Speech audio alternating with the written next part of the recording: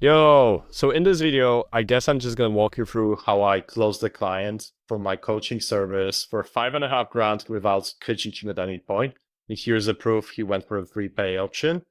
And it's not gonna be a crazy, highly edited video, so only for the people that actually can stick by the end and they have attention spans long enough, because I'm gonna drop my real value in here. So if you're not one of them, this is probably not for you. Anyways, if you don't know who I am, I'm actually Krzysztof, and together with my co-founder Yuan, over the last 18 months, we've been sitting in LinkedIn DMs. Like, I've worked full-time for over a year for a big creator, and I sold over 350K in DM sourced revenue myself. My co-founder did the same, and in that time, we booked over 400 qualified meetings altogether. Then we started helping others to do that, and maybe you recognize some of those guys, but they're all our clients. And last month, they did over 120K combined through LinkedIn DMs. And the caveat to that is none of them send a single message. So if you would like to chat, let's see if we can help you. That would be great. So let's just get right into it. And this is what I call the grid framework. But before I go into it, let me even explain why you should pay attention to it. Because most of the people on LinkedIn, like, they look at DMs as like something they don't really want to do. And it's because it feels pushy, it feels salesy, and DMs in general like feel like bothering people. But they don't have to really feel this way when you do it correctly. Because what most of people tell you to do is to go and pitch somebody with your service. But the problem with that is that you're pitching only to 3% of the market that is ready to buy right now, and you're burning through the other 97 that might be ready at some point. And this is something that I don't do because I simply prefer to build trust with the whole funnel and like people at all stages of their journey. So then when they're ready and they actually need my service, they might not need that anymore, like at any point. But if they do, I'm the choice because I build trust with them and I'm top of mind. So this is exactly how I did it. And I didn't pitch this guy at any point. I just spoke with him in the correct way using my disarm, resonate, identified pull framework. So I actually made him attracted, so he asked me for a call. It's like manufacturing them in bulk for you. I'm gonna walk through like each step of it, but at the same time, I'm just gonna show you like here how exactly I did it. So first of all, what you want to do is like disarm them. And what I really mean by that is like make them comfortable talking to you. Because when you're approaching somebody, depending on the stage, like how warm or cold they are going to look at you a little bit as a stranger. Even if they saw your content, you're like kind of like another dude that like is just posting on LinkedIn, and there's a lot of people doing that. So you really have to just like make them comfortable chatting to you.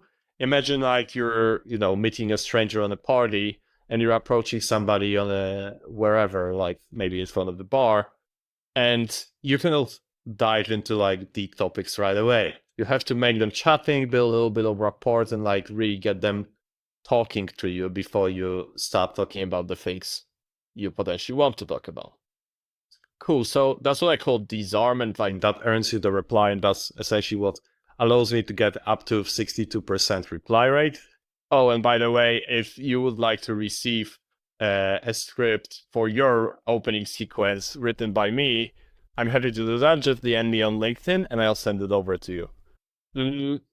So what I do is like, obviously I connect first. I usually use the ones without notes, and I open it up with a warm opener, no pitch at all. I don't even mention my service, stuff like that. And I end with a one real compliment, because a lot of people fake it. I simply don't do it, as I don't really like that. And yeah, how I actually exactly did that was in here. So I said, yo, man, I appreciate you accepting my connection request, although I never know if people are just connecting to grow their network or for something specific, or maybe both. PS really liked the logo. It stands out. He actually had a sick logo. I think it's way better than mine. That was just made one day with my Claude, I guess. And he actually responded, hey, no problem. I ignore most of the connections, only accept the person looks really interesting. Thanks, it gets a lot of compliments. I'm happy with it. So you see how I just connected with somebody? Like I literally found a conversation. I didn't pitch them anything. I didn't ask them anything salesy, like nothing. That's why it gets such a high response rate. And you're probably wondering, how do I pivot from that? So keep on watching. Then what you have to do is like resonate with them. So you have to build trust with people so they will start sharing with you like more of their secrets and more of their word. Like nobody likes to vent to a stranger, so you have to stop becoming one to allow them to vent and share more stuff. So what I do is like I ask a question that I can only ask and cannot be faked by AI, that showcases my expertise, but also asks about his expertise and his opinion usually. So what you really want to think about is like people love speaking first of all about themselves and love to be asked about opinions. Like who doesn't like voicing that, especially on LinkedIn? So you have to play into that, and it's simply leveraging human psychology to win in here. Then you have to just validate it and add an insight to show that you're credible and that you're riding the same train and you're in the same bucket, that you understand them and you actually gain yourself credibility to, speak with them. And then what I call is like maybe borrow identity, like you just want to showcase it and like link it to some sort of like personal experience that you face as well. And how I did that is like, yeah, I made a joke that like, hey, it's true. I generally enjoy connecting with people who clearly know their way around LinkedIn and have built real authority on here. So yeah, what do you think separates the people who actually grow on LinkedIn versus the ones who just stay active on here? So the reason I added this question is that he has a bigger account than I do, and I'm trying to grow my account. And first of all, I was generally like interested like how he grew it. He's bigger than me, so I feel like it's always nice to ask him no. And at the same time, people love to speak about their accounts and about themselves. He said, good question, it's hard to say because I think it's harder to grow now than it was 3 years ago. But for sure, you've got to have something interesting and unique to say and be able to produce consistently. I think it would be harder to grow if you're just posting random thoughts at all time because creating with an intended audience in mind. So true. Cool. So once we're out of that stage, we want to identify the gap. And that's usually when most people struggle with, but it's actually more simple than you might think. So you want them to name their problem, not you. You don't want to name it. Like, especially if you're speaking to males, like, we have something that, like, men don't really like to admit they're wrong or they're struggling with something, so it's harder for them to open up, usually. They're like, it's harder for us to be more vulnerable. And again, like, I'm not trying to it's a general rule of thumb. Not everyone is like this, so don't take it for granted. But that's something that I observed. And what I like to do is steer it to the back end, first of all. So like naturally on LinkedIn, you're going to be steering towards speaking about business because everyone at the end of the day is there for the same reason, is living, briefing LinkedIn if they're active, obviously, and you should be targeting those people. And they're running their businesses, trying to grow, working on it every single day. So naturally, you'll start speaking about it if you want or not. Then what you want to do is surface the pain. So you want to ask the questions around their business and allow them to ask it back to then as well, like see where they might be struggling at the moment, because everyone struggles with something.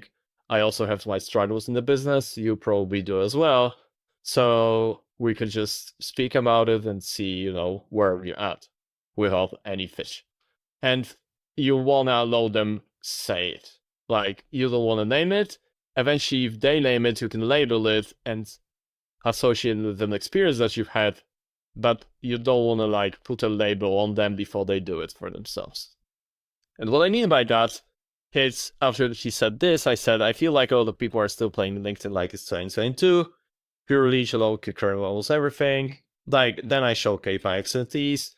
Then I said that's why I'm doing what I'm doing and sticking more with the DMs and made it a little funny. Have you noticed the quality of inbounds changing too, or just volume reach side? When I was working at my previous workplace, it was much different. So again, jamming that like LinkedIn changed and all that stuff, and DMs are really important because actually that's something that you can control, not like the algorithm. So yeah, that's interesting. I haven't done anything on the DM side, currently inbound, but I do need to build out that system. And this is the place where he identified and labeled himself. Because he was already aware that he's relying on inbound and he needs to do something about it, because LinkedIn can change tomorrow and you're not going to know how to source clients if you're not doing DMs and your posts are going to clone. It might happen, so better be safe, at least in my opinion. Quality of inbound is great for sure, that's definitely improved, so I do think the algo is distributing to more relevant people than before. That's actually true, I think so too. Anyways, then once we do that, we go into pooling phase, where they ask us for the call. And it doesn't always happen. You can sometimes ask them in a non-salesy way, but then for the purpose of this example, I'm just gonna go for this one. So what you want to do is, like, again, showcase your authority and drop some proof. So he actually knows that you know your stuff and that you're eligible to speak about what you want to speak about and what you do. So then you want to do your content, do the heavy lifting, especially if you're recording like videos like this one. Share them in the DMs, educate your prospect, let your content do the heavy lifting, and just see how it changes your game. It's insane. But essentially, like, he saw my video, and you're gonna see it in a while, and he found it valuable, and then book a call and prime him before. So, and what I mean by that, what we did in here was, it's interesting when we first started our clients out, their inbound engines was working really well, especially with the quality of the prospects. Since having a seller reach out to inbound leads via DMs qualify further on average, their close rate went from this to that, and in some cases even this, because they've been able to build more trust. So I showed him that I actually know what I'm talking about, that this is the result of having what I have, but I didn't really pitch it. And I asked him how come he haven't done anything on the DS side of the things yet. And I actually saw that he crossed a certain followers milestone. Everybody likes to celebrate it on LinkedIn, so I just celebrated with him. And I actually had to follow him up at this point, so I just followed this up. And he said he hadn't been really pushing towards it. And then after 4 days, he came in and saw my stuff, because later in here we shared it, or he actually just saw one of my posts. Then we chatted about the video. He really liked it. He asked me about the tool that I use to build similar kind of stuff. It's Excalibur. If you don't know it, just use it. It's sick, better than Miro, 100%. And yeah, we spoke a little bit about this. And then the next day, he asked me for a call. I also think it would be cool to add some outbound to my own marketing to keep a consistent flow of inbounds too. Ta-da! So that's how it went. The whole framework is yours. This is the proof that it really works for me, so it can work for you as well. And again, if you made it all the way to the end and you have any questions and you would like me to write your opening sequence, just drop me a DM on LinkedIn, and I'll just need a couple of more details, but I'm more happy to drop a couple of opening sequences for you free of charge. So drop me a DM, connect with me, and I'll do it for you. And if you're just enjoying watching those videos, just keep on going, and I'll be happy to have you with you. Have a good one. Ciao.